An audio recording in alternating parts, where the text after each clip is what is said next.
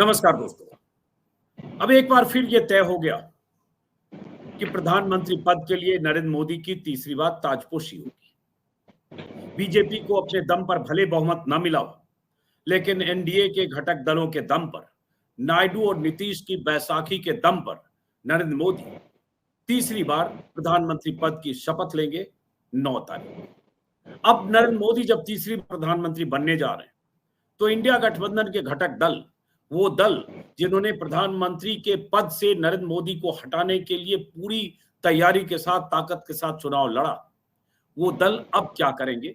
वो विपक्षी सांसद जिनकी ताकत जरूर बढ़ी लेकिन सत्ता से बाहर हैं, उनके सामने नरेंद्र मोदी फिर से चुनौती के तौर पर तीसरी बार प्रधानमंत्री बनने जा रहे हैं। तो वो इंडिया गठबंधन के घटक दल के सामने अब चुनौती क्या होगी, उनकी रणनीति क्या होगी, और यहां से अगर प्रधानमंत्री मोदी तीसरे टर्म की शुरुआत करते हैं तो मोदी के सामने चुनौती क्या होगी, इन सबको समझने की कोशिश करेंगे। हमारे साथ खास मेहमान हैं संजय सिंह, आम आदमी पार्टी के सांसद, बहुत मुखर रहे हैं। खास परिचय ये भी है कि संजय सिंह वो सांसद हैं जिन्होंने राज्यसभा में मोदी अडानी भाई भाई सबने मिलकर खाई मलाई, अगर मुझे याद है, इस तरह के नारे लगाए और नारों का शोर इतना गूंजा कि प्रधानमंत्री मोदी जब भाषण देने आए, उनके भाषण के बीच में नारे गूंजते रहे और उन नारों की गूंज प्रधानमंत्री मोदी के भाषण के बीच संसद के कैमरे में रिकॉर्ड या दर्ज होता रहा, और उसके बाद हमेशा के लिए इतिहास में दर्ज हो गया कि प्रधानमंत्री मोदी के भाषण के बीच ऐसे नारे लग रहे थे। लेकिन उसकी सजा मिली। बहुत सारे विपक्ष के नेताओं को अलग अलग ढंग से, संजय सिंह भी शराब घोटाले के मामले में आरोपी बनकर सलाखों के पीछे गए, 6 महीने जेल में रहे,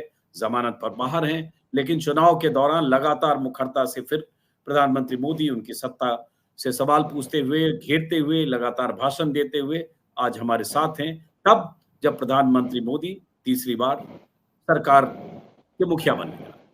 संजय सिंह जी, अब पहला सवाल तो फिर यही है कि ऐसा लगा था कि आप लोग रोक लेंगे मोदी को तीसरी बार प्रधानमंत्री बनने से, रोक नहीं पाए और अब वो प्रधानमंत्री बनने जा रहे हैं।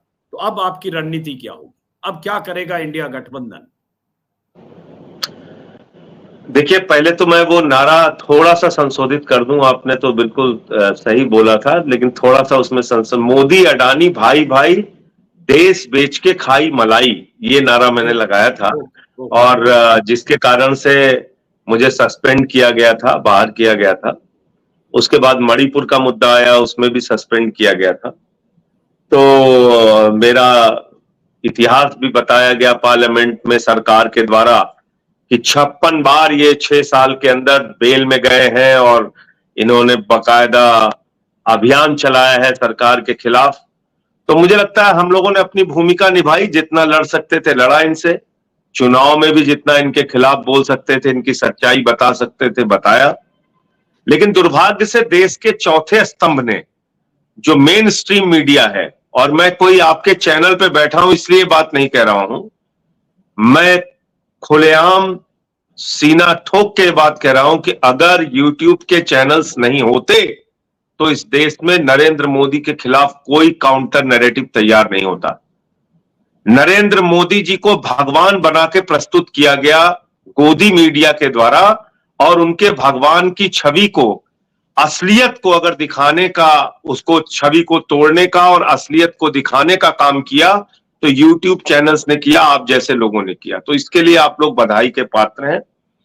जहां तक प्रश्न है कि वो रुके नहीं, उनका अहंकार, उनका दंभ, उनकी तानाशाही, उनके आरक्षण को खत्म करने की कोशिश, उनके संविधान को खत्म करने की कोशिश, उनके महंगाई और बेरोजगारी पर जनता ने अपना जनादेश दिया है।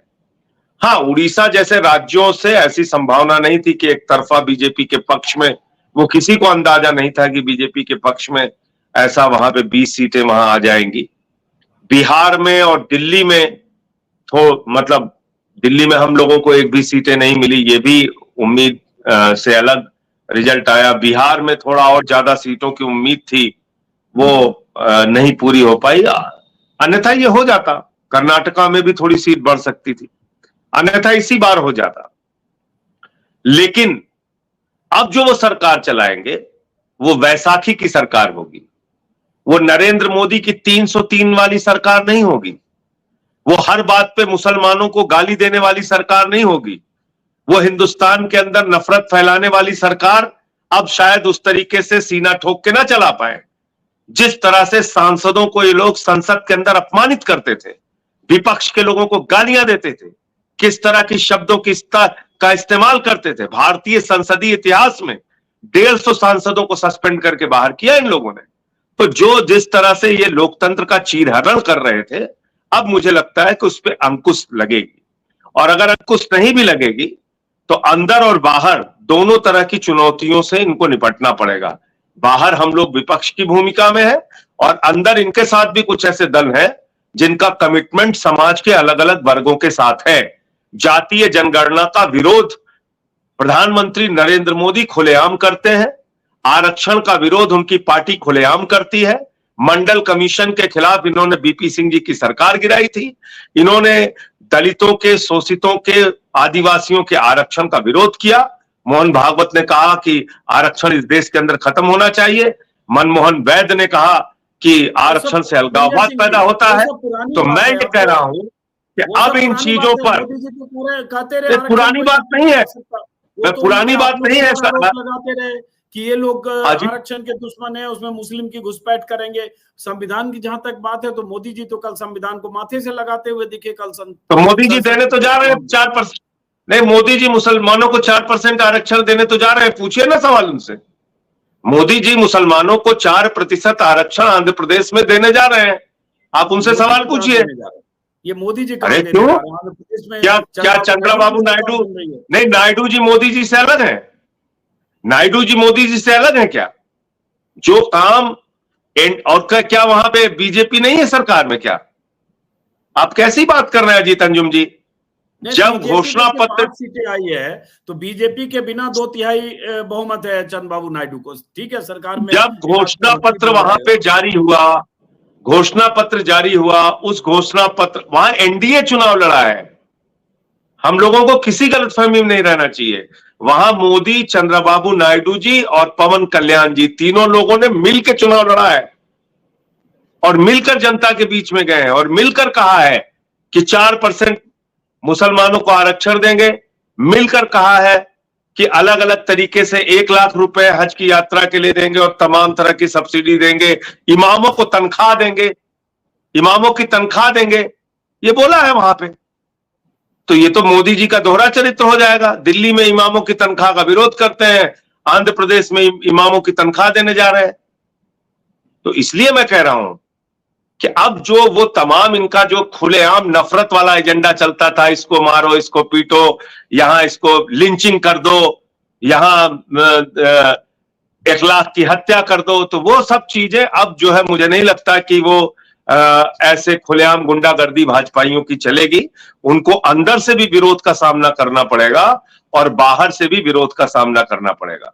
तो जो इस देश का माहौल इन्होंने बिगाड़ा, भाजपाइयों ने पिछले 10 साल के अंदर बर्बाद किया इस देश को, उस पर अब अंकुश लगेगा। और मैं इस देश के लोकतंत्र की खूबसूरती मानता हूं कि भारत एक महान लोकतांत्रिक देश है जहां की जनता ने कहा हम मिल के रहना चाहते हैं, तुम्हारी गुंडागर्दी के हिसाब से हम नहीं रहना चाहते।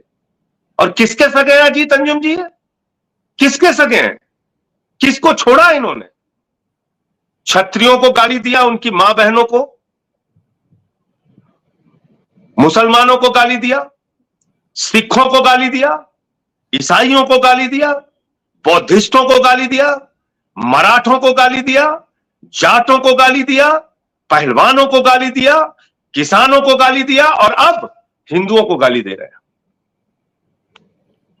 हिंदुओं को गाली दे रहे हैं। लेकिन ये तो मान लीजिए फ्रिंज हिंदुओं के नहीं, सुन लीजिए, ये गंभीर मसला है, सुन लीजिए इसको। हिंदुओं को गाली दे रहे हैं या सुन तो लीजिए सर, अब हिंदुओं को गाली दे रहे हैं। मैं क्या आपको इसमें कोई दुविधा है कि इन्होंने किसानों को गाली दी थी कि नहीं दी थी? खालिस्तानी कहा था, पाकिस्तानी कहा था, आतंकवादी कहा था। एक जो सांसद अभी थप्पड़ खाई है, मुझे लगता है उनको थप्पड़ नहीं खाना चाहिए था, हिंसा में मेरा यकीन नहीं है, लेकिन जो अभी थप्पड़ खाई है सांसद, उन्होंने आतंकवादी तक कहा किसानों को। कहा 100-100 रुपए लेके बैठते हैं वहां पे जो महिलाएं बैठती हैं और जो लोग आंदोलन में, किसान आंदोलन में जाते हैं। ये बीजेपी की मानसिकता है। इन्होंने कील गाड़ी किसानों के सामने, दुश्मन देश के नागरिक की तरह उनके साथ व्यवहार किया। अब क्या कर रहे हैं? अयोध्या के लोगों को मां बहन की गालियां, हिंदुओं को मां बहन की गालियां। ये मुझे तो मतलब कहना नहीं चाहिए, किसी के दुनिया में किसी के सगे नहीं है ये लोग, दुनिया में किसी के सगे नहीं है। इस पर हम इनको बात जो करते जो हैं। पाल के बढ़ाएगा उसको ये बर्बाद करेंगे। इस पर हम बात जो करते भी हैं, इनको पाल के बढ़ाएगा उसको, अब ये हिंदुओं को गाली दे रहे हैं। आगे एक दो सवाल पूछने से पहले दर्शकों को सिर्फ अपडेट कर दें। संजय सिंह जो आंध्र प्रदेश में मुस्लिम आरक्षण की बात कर रहे हैं, दरअसल ये लगातार कल से सवाल उठ रहा है, परसों से ही, कि वहां अगर बीजेपी साझेदारी में एनडीए के साथ चंद्रबाबू नायडू की पार्टी का ये मैनिफेस्टो है जिसमें मुसलमानों को 4% आरक्षण का जिक्र है, मुस्लिम जो इमाम होते हैं मस्जिदों के इमामों की सरकारी नियुक्ति, उनका मासिक वेतन 10,000 बढ़ाकर करना है, 50 वर्ष से अधिक मुस्लिमों को पेंशन देने की बात है, प्रमुख शहरों में ईदगाह और कब्रिस्तानों के लिए जगह बनाने की बात, जगह आवंटित करने की बात है, नया हज हाउस बनाने की बात है। ये सारे दावे वादे किए गए दरअसल टीडीपी की तरफ से। और प्रधानमंत्री की शैली अगर देखें तो पूरे चुनाव में वो एक तरह से ऐसा भाषण दे रहे थे कि इनकी सरकार, अगर इंडिया गठबंधन की, इंडी बोलते हैं वैसे तो, इंडी गठबंधन की सरकार आ गई तो आपकी संपत्ति, आपका जायदाद, आपका मंगलसूत्र, आपके जेवर भैंस छीनकर मुसलमानों को दे देंगे, ये सब कहते रहे। तो उसी का जिक्र संजय सिंह कर रहे हैं कि अब क्या करेगी बीजेपी। टोटी टोटी टोटी भूल गए आप, टोटी। हाँ, टोटी खोल के दे देंगे, बैंक खाते से पैसे भी निकाल लेंगे, बिजली भी काट लेंगे, ये सब प्रधानमंत्री कहते रहे। तो उसी का तो जिक्र दिमाग में तो पोटी भरा हुआ है, तो टोटी की ही बात करेंगे और क्या बात करेंगे लोग। लेकिन मैं सवाल ये पूछना चाह रहा था संजय सिंह जी, आप लोग अब क्या करोगे? ये सवाल है कि भाई सरकार तो उनकी बन गई ना, और ये और इनके नफरत के जहां आप बैठे हैं आम आदमी पार्टी, वहां भी 7 की 7 सीटें बीजेपी जीत गई। ठीक है, बीजेपी को 272 से 30 सीटें, 32 सीटें कम आ गई, लेकिन सरकार तो बन रही है उनकी। तो इनके नफरत के फिर होगी, आप लोग अब क्या करेंगे? इनके नफरत के एजेंडे की 2 घटनाएं और आप भूल गए।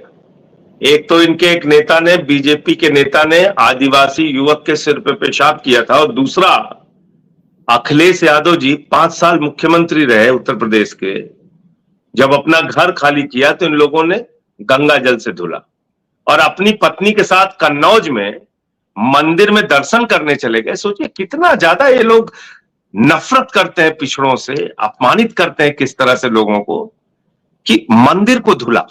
क्या संदेश देना चाहते हैं? नहीं, उनका मंदिर जाने का हक सिर्फ आप लोगों को, मुस्लिम चले गए थे, जो हाफ पैंट पहन के घूमते हैं संगी, उनका ही हक है खाली। बिल्कुल नहीं, जो हाफ मंदिर जा सकते हैं। अब हालांकि फुल पहनने लगे तो खाली वही मंदिर जा सकते हैं। मंदिर अगर अखिलेश यादव चले गए अपनी पत्नी के साथ पूजा करने, तो आप गंगा जल से मंदिर को धुलेंगे? ये मानसिकता है भारतीय जनता पार्टी की, ये किसी के सगे नहीं है, मैं बता तो रहा हूं आपको। अब हिंदुओं को गाली दी संजय सिंह, ठीक है, अब आगे की बात, भाई सरकार तो बन रही है ना, तो मैंने आपको एक बात कहा, ठीक है सरकार बन रही है, ठीक है बात, ठीक है आपकी बात मान ली, सरकार बन रही है, सरकार चलेगी कितने दिन, कितने दिन चलेगी? इनको अंदर और बाहर तो नीतीश कुमार ने मोदी जी के पांव छुए वहां सबके सामने, पूरे सेंट्रल हॉल में सार्वजनिक तौर पर, और कहा हम हर हाल में इनके साथ हैं, जो चाहेंगे, जैसे करेंगे, जो करेंगे हम इनके साथ हैं। चंद्रबाबू नायडू ने कल कही दिया, अच्छा तो वो भी बयान दिखा दीजिए, बढ़ना है, हम इनके साथ हैं। तो वो भी बयान दिखा दीजिए अपने टीवी चैनल पे, जो कहा था कि इस जन्म में तो अब हम दोबारा बीजेपी के साथ नहीं जाएंगे, वो भी दिखा दीजिए। तो चाचा है, चाचा का हृदय परिवर्तन कब हो जाएगा इसको आप कैसे जान लेंगे? हृदय है, हृदय परिवर्तित होता रहता है समय समय पे, उसका अंदाजा आप नहीं लगा सकते या हम नहीं लगा सकते। राजनीति में जैसी परिस्थितियां बनेंगी वैसा निर्णय लेंगे नीतीश कुमार जी। क्या अभी जाति जनगणना का सवाल है, यूसीसी का सवाल है, अग्निवीर का सवाल है, तमाम सवाल है। अभी अग्निवीर का सवाल है, यूसीसी का सवाल है, जाति जनगणना का सवाल है। अभी ये सवाल जब जेडीयू रखेगा इनके सामने तो कितनी बार, बिहार को स्पेशल पैकेज देने का सवाल है, विशेष राज्य का दर्जा देने का सवाल है। अब इन बातों पे आगे क्या क्या होगा वो तो इंतजार। स्पेशल पैकेज का भी सवाल है जिस पर 2018 में चंद्रबाबू नायडू एनडीए से बाहर चले गए थे, ठीक है, हाँ, आंध्र प्रदेश में भी सवाल है, आंध्र प्रदेश में भी सवाल है। तो इन सब प्रश्नों पर क्या रवैया रहेगा बीजेपी का, ये निर्भर करेगा कि सरकार कितने दिन चलेगी। क्या सरकार बनाने की कोशिश इंडिया गठबंधन ने भी की थी, या मतलब देखिए वो चीजें कैमरे पे बता तो दिखा नहीं, लेकिन क्या जो आप लोगों की बैठक हुई उसमें कुछ इस तरह की कोशिश करने, इस पर कोई विचार हुआ? सार्वजनिक तौर पर भले बयान हुआ कि अभी हम वेट एंड वॉच के उस पर हैं। तो जो सार्वजनिक तौर पे बयान हुआ वो राजनीतिक गतिविधियों पर नजर रखने के लिए और सही समय पर सही निर्णय लेने का फैसला हुआ है इंडिया गठबंधन की बैठक में। अब राजनीतिक गतिविधियों पर नजर रखने का मतलब है कि एनडीए के भीतर क्या चलेगा, उसके हिसाब से उचित समय पर उचित निर्णय लेंगे हम लोग। अभी जैसे स्पीकर का सवाल, स्पीकर का चुनाव सबसे पहला टेस्ट होगा। स्पीकर के चुनाव में टीडीपी, जो अखबारों में और टीवी चैनल्स पे खबरें सुनने में मिलती हैं कि टीडीपी चाहती है कि स्पीकर उनका हो, और हर व्यक्ति जो संसद में है विपक्ष का, वो ये चाहता है कि बीजेपी का स्पीकर ना हो। क्यों चाहता है जी तंजुम जी? दो कारणों से। एक तो ये लोग पार्टियां तोड़ने में मास्टर हैं। इन्होंने महाराष्ट्र में पार्टी तोड़ी, इन्होंने कर्नाटक में पार्टी तोड़ी, मध्य प्रदेश में तोड़ी, उत्तराखंड में तोड़ी, अरुणाचल में तोड़ी, गोवा में तोड़ी। तो पार्टियों का जोड़ तोड़। पंजाब में हमारी पार्टी तोड़ी, एक सांसद एक विधायक तोड़ के ले गए। तो पूरे देश में ये तोड़फोड़ करने का काम करते हैं। राजस्थान में इन्होंने कोशिश की थी। तो इसलिए सभी चाहते हैं, गैर भाजपाई दल, कि स्पीकर जो है वो बीजेपी का नहीं होना चाहिए। 150 सांसद भारतीय संसदीय इतिहास में पहली बार संसद से सस्पेंड किए गए, बाहर निकाले गए। तो कल को अगर बीजेपी का सांसद बन जाएगा, संविधान को इनको ध्वस्त करना है, बदलना है, और विपक्ष के सारे सांसदों को और एनडीए के भी जो सांसद विरोध कर रहे होंगे उनको पकड़ के मार्शल से बाहर करवा देंगे स्पीकर महोदय, तो कोई भी बिल पास कर लेंगे। तो इसलिए स्पीकर का चुनाव पहला टेस्ट होगा। उसमें इंडिया गठबंधन के दलों को भी सोचना पड़ेगा। मुझे कोई आधिकारिक ना बयान देने का अकेले अपने तरफ से बयान देने का कोई हक है पूरे इंडिया गठबंधन के दल से, ना मैं उसको कर रहा हूं। लेकिन पहला टेस्ट ये होगा कि क्या टीडीपी का स्पीकर बीजेपी बनाती है, और अगर बीजेपी स्पीकर टीडीपी का नहीं बनाती, टीडीपी अपना कैंडिडेट खड़ा करेगी या नहीं करेगी, और अगर वो खड़ा करती है अपना कैंडिडेट, तो इंडिया गठबंधन के दलों की क्या भूमिका होगी। और मेरा अपना ये मानना है कि बीजेपी का स्पीकर कतई नहीं होना चाहिए। अगर बीजेपी के समर्थन के बगैर भी टीडीपी अपना कैंडिडेट खड़ा करती है तो सारे दलों को उसे जिताना चाहिए। अच्छा, सारे दलों को। ये आप ऑन रिकॉर्ड एक प्रस्ताव इंडिया गठबंधन की तरफ से, ये ऑन रिकॉर्ड मैं ये बात कह रहा हूं कि गैर भाजपाई टीडीपी का अगर कोई स्पीकर के लिए कैंडिडेट खड़ा होता है तो सबको मिलकर उसे जिताना चाहिए। बीजेपी का स्पीकर सदन के लिए, राजनीतिक दलों के लिए बहुत ही खतरनाक होगा। जो हमने पिछली बार देखा, 150 सांसदों को भारतीय संसदीय इतिहास में पहली बार सस्पेंड किया गया था। वो कोई सामान्य घटना नहीं है। उससे सबक लेते हुए स्पीकर जो है वो अपनी पार्टियों को बचाने के लिए और बाकी परिस्थितियों को देखते हुए स्पीकर जो है वो टीडीपी का होगा तो ठीक रहेगा। लेकिन वो तो टीडीपी तय करेगी ना। आपको टीडीपी अभी नीतीश कुमार या नायडू अगर पंगा ही नहीं लेना चाहेंगे, वो भी चाहेंगे कि उनको कुछ जो वहां स्पेशल पैकेज, इसीलिए तो मैंने कहा कि वो देखते हैं परिस्थितियां क्या बनेगी, देखते हैं। अब ये जो मोदी जी का कल भी उन्होंने लेकिन बीजेपी अपने अकेले दम पे स्पीकर नहीं बना सकती। जिन्हें कम बीजेपी अपने अकेले दम पे स्पीकर नहीं बना सकती। तो पता ही है, जब 240 सीट है तो कहां से बना सकती। लेकिन मोदी और बीजेपी का कहना है कि जिन्हें अकेले बीजेपी को जितनी सीटें हैं उससे कम, इतने दल जोड़कर उससे कम जिनकी सीटें हैं वो उछल रहे हैं, और हम एनडीए गठबंधन बहुमत में है और ऐसा लग रहा है कि हार कर भी वो जीत गए। हम तो न हारे हैं न तो हम हारे हैं, और मतलब न हारेंगे न हारे हैं, ऐसा कुछ कल उन्होंने कहा। इसको बिहार में कहते हैं थेथरई, और थेथरई की कोई सीमा नहीं होती है। एक एक भाजपाई चिल्ला चिल्ला के, नाच नाच के, कूद कूद के कह रहा था 400 पार, 400 पार, 400 पार। कोई मंत्री पूछो 400 पार, प्रधानमंत्री पूछो 400 पार, गृह मंत्री पूछो 400 पार। जो भाजपाई चिल्ला चिल्ला के 400 पार कह रहे थे, 160 सीटें उनकी कम हो गई। 90 या 93 सांसद पिछली बार वाले हार गए। अभी उनको अकल समझ में नहीं आ रही है, उनके दिमाग का ताला अभी भी खुल नहीं रहा है। इसीलिए मैं कह रहा हूं, अहंकार से, दंभ से पीछे हट जाओ, वरना रावण का अहंकार भी नहीं चला, तुम लोगों का अहंकार क्या चलेगा। 240 पे पहुंचे हो, कल को 2 पे पहुंच जाओगे। ये लोकतंत्र है, जनता महान है। यहां लोग बड़े होते हैं। जनता जिसको चाहती अर्श पे पहुंचाती, जनता जिसको चाहती फर्श पे पहुंचाती है। इसलिए 400 का दंभ भरने वालों का दंभ तो टूटा। वो सिर्फ इसलिए ना क्योंकि बहुमत से वो 32 सीटें कम है। लेकिन अगर ऐसे 32 सीटें कम है तो गठबंधन की सरकार संजय जी इस देश में पहले भी चली है, 96 में भी, 89 में भी, 98, 99, 10 साल में 10 साल में जरा दिखाइए एक मैं तो आपको चुनौती के साथ कह रहा हूं, 10 साल में एक बयान मोदी जी का दिखाइए जिसमें उन्होंने बोला हो कि ये एनडीए की सरकार है। नहीं, बयान तो है, लेकिन वो मोदी की सरकार और मोदी की गारंटी बोलते रहे। हाँ, तो कहां एनडीए की सरकार कहां थी 10 साल? 10 साल भी तो एनडीए की सरकार थी। आपको पता चला, हमको पता चला, देश के लोगों को पता चला? नहीं पता चला ना। तो 10 साल मोदी की सरकार थी जब तक बहुमत था। अब एनडीए की सरकार हो गई बैसाखी के सहारे। तो ये बात है ना, हो तो गई ना। अब फिर आपके सामने क्या चुनौती है भाई? अभी देखिए दिल्ली में आपको देखिए दोनों बात है ना, जैसे बार बार मैं कई बार इसका इस्तेमाल करता हूं, आधा ग्लास भरा आधा खाली। तो विपक्ष के सामने भी तो है कि उड़ीसा में बुरा हाल हुआ, मध्य प्रदेश में छिंदवाड़ा में एक सीट जो जीते थे वो भी हार गए। आपको बिहार में विपक्ष मिली 30। उड़ीसा वाले कहां विपक्ष? दिल्ली में उड़ीसा वाले और उड़ीसा में सर उड़ीसा वाले कहां विपक्ष में थे? एक बिल दिखाइए जिसका विरोध किया हो बीजेडी ने।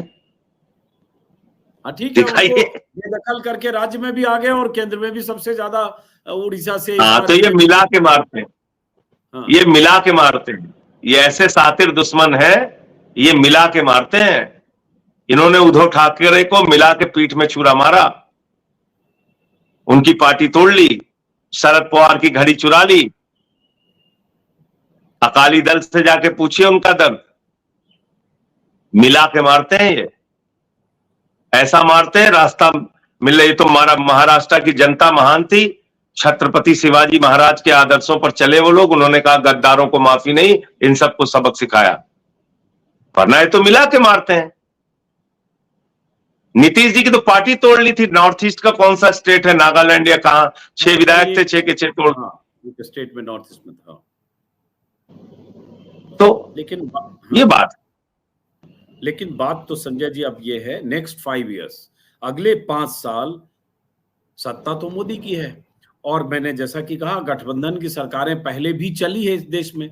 वाजपेयी की सरकार ही जो 99 वाली 5 साल चले, उसमें तो कई घटक दल थे, इतनी सीटें भी बीजेपी को। तो 13 महीने भी तो चली और 13 दिन भी चली है।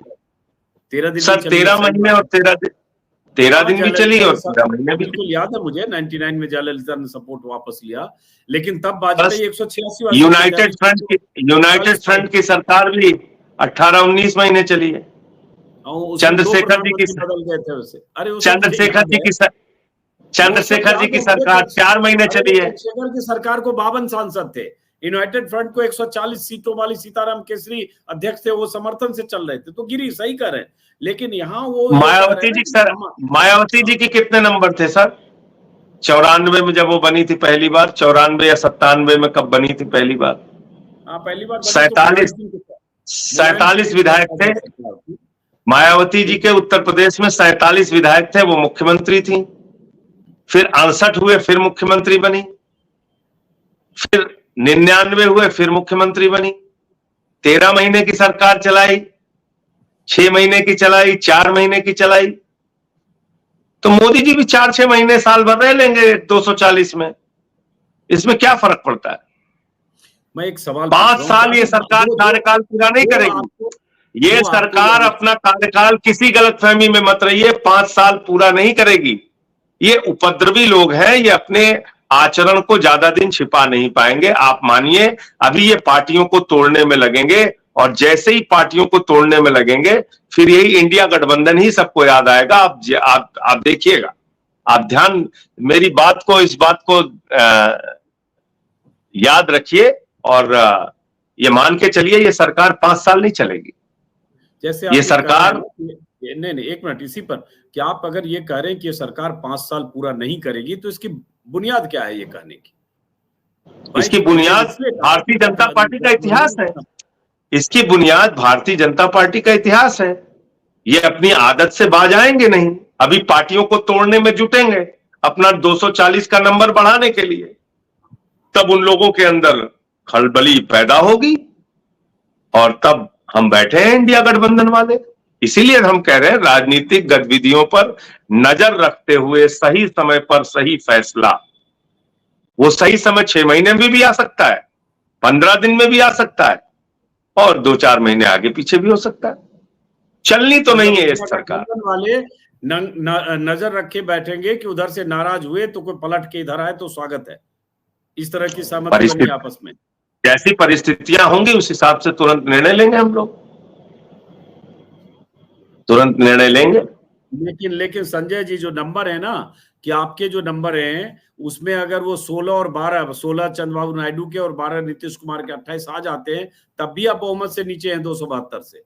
तो फिर और जो रेजगारी है, छोटे एक आना तो शुरू हो गया, आना तो शुरू हो गया ना, आना तो शुरू हो गया। एक आया है पप्पू यादव जी जो है जीते हैं, वो भी निर्दलीय, हाँ निर्दलीय जीते हैं। बाकी और जो बाकी लोग भी जीते हैं, उनमें से ज्यादातर आप उठाकर देख लीजिएगा नाम, मेरे पास तो लिस्ट भी है, अगर आप चाहें तो मैं चंद्रशेखर से लेकर तो उसमें से कोई उसमें से बीजेपी के साथ जाने वाला नहीं है, उसमें से बीजेपी के साथ जाने वाला कोई नहीं है। इन्होंने इतने घाव दिए इस देश के लोगों को, भाजपाइयों ने इतने घाव दिए हैं, इतने घाव दिए हैं, इतने घाव दिए हैं।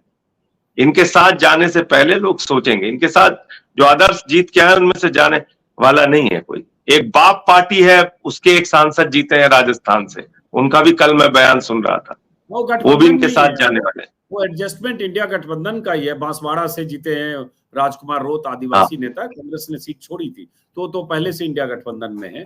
तो अब मेरा सवाल फिर यह है कि अब आप लोगों के सामने क्या चुनौती लगती है? अभी तक भाई ED, CBI, income tax raid, 25 नेता ऐसे विपक्ष के जो बीते कुछ सालों में जो बीजेपी के पाले में चले गए, कोई मुख्यमंत्री बन गया, कोई मुख्यमंत्री बना, सरकारें गिरी, जेल में लोग गए। अब आपके सामने क्या चुनौती है? क्या किया दल बदलुओं का हालत? इस देश की जनता ने क्या किया दल बदलुओं का हालत? सर बताइए ना, क्या किया अजीत पवार की हालत, क्या किया शिंदे की हालत, देख लीजिए आप। तो अगर सद्बुद्धि ना आई हो मोदी जी को, तो मैं तो फिर कह रहा हूं, और यूज करो ईडी सीबीआई, अपने पार्टी को कवर के अंदर पहुंचाओ। हम तो चाह रहे हैं, और इस्तेमाल करो ईडी सीबीआई।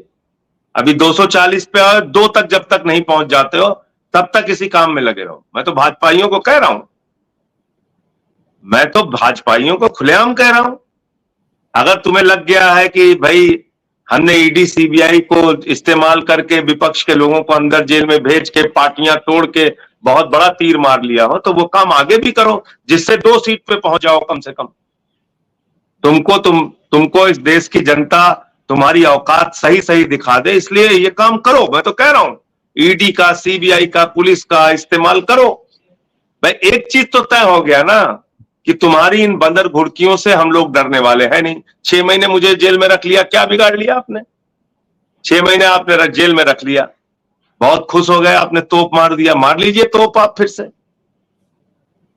हमने क्या बोलना बंद कर दिया क्या, या लड़ना बंद कर दिया, या झुक गए इनके आगे? आपने रखा तो है केजरीवाल जी को, मनीष सिसोदिया को भी रखा है, सत्येंद्र जैन को भी रखा है। तो अगर आपको लगता है कि आपने बड़ा पवित्र और अच्छा और सराहनीय काम किया है, तो कीजिए आप, तो आपको 2 सीट पे पहुंचाएगी इस देश की जनता। करिए तानाशाही आप। ये कहने से नहीं होता ना, देखिए करिए, भूलिए ना मंदिर। मैं तो कह रहा हूं, जहां पिछड़े जा रहे हैं वहां मंदिर भूलिए आप। वोट शेयर 37% रह गए ना, सीटें कम हो जहां गई, पिछड़े जा रहे हैं वहां 3% रह जाएंगे सर, मैं कह रहा हूं आपको। आज 37% है ना, 3% रह जाएंगे। करिए पिछड़ों के मंदिर जाने पे धुलिए आप, मंदिर अखिलेश यादव के जाने पे। और ये सब अगर हो गया, अखिलेश यादव और राहुल गांधी के गठजोड़ ने, दिल्ली में क्यों ऐसा हो गया कि साथ के साथ हार गए आप लोग? दिल्ली में तो उसकी आपकी समीक्षा सरकार है, 67 सीट और उसकी 62 समीक्षा सीट वाली। करेंगे। राजनीति में कई बार जो निर्णय आता है उसमें मैं गाली तो नहीं दे रहे हैं ना हम लोग दिल्ली की जनता को। हम तो कह रहे हैं हम हाथ जोड़ के दिल्ली के जनादेश को स्वीकार करते हुए उसकी समीक्षा करेंगे, जहां कहीं कमियां रह गई हैं उसको ठीक करेंगे। हम गाली थोड़ी दे रहे हैं कि अयोध्या वालों ने हमको हरा दिया, उनकी मां को गाली दो, उनकी बहन को गाली दो, ये थोड़ी कर रहे हैं। आप देखिए किस तरह का बयान दे रहे हैं बीजेपी के लोग। प्रभु श्री राम की नगरी के लोगों को, उनकी प्रजा को आप मां बहन की गालियां देंगे इसलिए कि आपको हरा दिया? हिंदुओं को आप गालियां देंगे? किसके सगे हो तुम भाई? तुम किसके सगे हो? तुम सबको गाली देते फिरोगे? वो तो ट्रोल है, आईटी सेल के लोग हैं या अरे ये ट्रोल नहीं है, ये ट्रोल ऐसे यही सब पैदा किए हुए हैं, यही भाजपा के पैदा किए हुए बच्चे हैं ये। किसी गलतफहमी में मत रहिए। जो मां बहन की गालियां दूसरों को देते हैं उसको देश का प्रधानमंत्री फॉलो करता है। कैसी बात कर रहे हैं अजीत जी आप? मां बहन की गालियां देने वालों को प्रधानमंत्री फॉलो करता है देश का। शर्म नहीं आती उनको? एक वरिष्ठ पत्रकार की हत्या हुई थी और गालियां दी गई थी, क्या किया था प्रधानमंत्री ने? गौरी लंकेश की बात कर रहे हैं शायद आप, बेंगलुरु में। हाँ, उसको फॉलो करते थे प्रधानमंत्री। कोई सवाल पूछने वाला नहीं। वो भगवान है, अवतार है, महात्मा है, संत है, और मां बहन की गालियां देने वालों को फॉलो करते हैं। जो प्रधानमंत्री खुद मुजरा जैसी भाषा का इस्तेमाल करेगा उसके समर्थक क्या करेंगे? यही करेंगे। कभी मंदिर धुलेंगे, कभी किसी को मां बहन की गालियां देंगे, कभी अयोध्या के लोगों को गालियां देंगे, कभी हिंदुओं को गालियां देंगे। सुनिए कि ना किस तरह की भाषा बोल रहे हैं वो। ट्रोल कह के आप प्रधानमंत्री या बीजेपी इससे आरोप मुक्त नहीं हो सकती। ये भाजपा के द्वारा पैदा किए गए ऐसे लोग हैं, ऐसे गुनाहगार और अपराधी हैं जिनको भारतीय जनता पार्टी का संरक्षण मिला है। लेकिन अब तो मेरे ऊपर हमला हुआ था हाथरस में, मेरे ऊपर हमला हुआ था हाथरस में। मैं एक सांसद हूं, मेरी पार्टी के लोग साथ में गए थे और 24 घंटे के अंदर उस बंदे को छोड़ दिया गया, ससम्मान उसको थाने में बैठाया गया। कहां से होता है ये सब? लेकिन अब तो आपने देख लिया ना, कल जीता। संविधान को माथे से लगा रहे हैं, तो अब तो खुश होना चाहिए। संविधान को माथे से लगा रहे हैं प्रधानमंत्री सार्वजनिक तौर पर।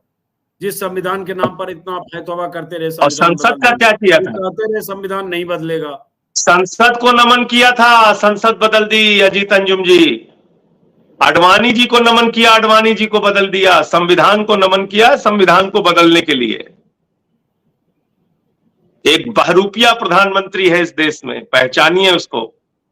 आप तो कह रहा है मेरी मां के मरने के बाद मुझे लगा ये बहरूपिया प्रधानमंत्री है। संविधान के साथ छेड़छाड़। हाँ, वो तो क्या करेंगे, ये तो इनके मूल में बसा हुआ है। ये बहरूपिया प्रधानमंत्री, इसकी जो मातृ संस्था है वो तो बाबा साहब के संविधान का 1949 से विरोध कर रही है। कह रहे हैं जब तक मेरी मां जीवित थी तब तक मुझे लगा कि मेरा बायोलॉजिकल जन्म हुआ है, और जैसे ही मां की मृत्यु हो गई तो मुझे लगा कि मैं अवतार हो गया, भगवान हो गया। ऐसे लोगों की बातों का कोई मतलब है? आज संविधान को माथे लगा रहे हैं, कल इसी संविधान को ये कूड़ेदान में डाल देंगे, इनका कोई भरोसा है? अब जरा इंडिया गठबंधन की बात संजय सिंह जी, लोकसभा चुनाव तो हो गया, चलिए अब गोपाल राय का चुनाव नतीजे आते ही बयान आ गया कि दिल्ली में हमारा कोई गठबंधन नहीं है, हम विधानसभा चुनाव अपने दम पर लड़ेंगे। हालांकि दिल्ली विधानसभा चुनाव में वक्त है, लेकिन उसके बाद अभी 4 महीने बाद, 5 महीने बाद, साल के आखिर में हरियाणा में चुनाव है, महाराष्ट्र में है, चलिए वहां आपकी मौजूदगी नहीं है, लेकिन हरियाणा में तो है। तो क्या मान लें कि ये गठबंधन जो था ये सिर्फ लोकसभा चुनाव तक था? हरियाणा, दिल्ली या आगे जो भी विधानसभा चुनाव है उसमें सब फ्रेंडली फाइट आमने सामने करेंगे, या अभी एक गोपाल राय ने वाटर टेस्टिंग के लिए बयान दिया है? देखिए, अलग अलग परिस्थितियों पे अलग अलग निर्णय होता है राजनीति के अंदर।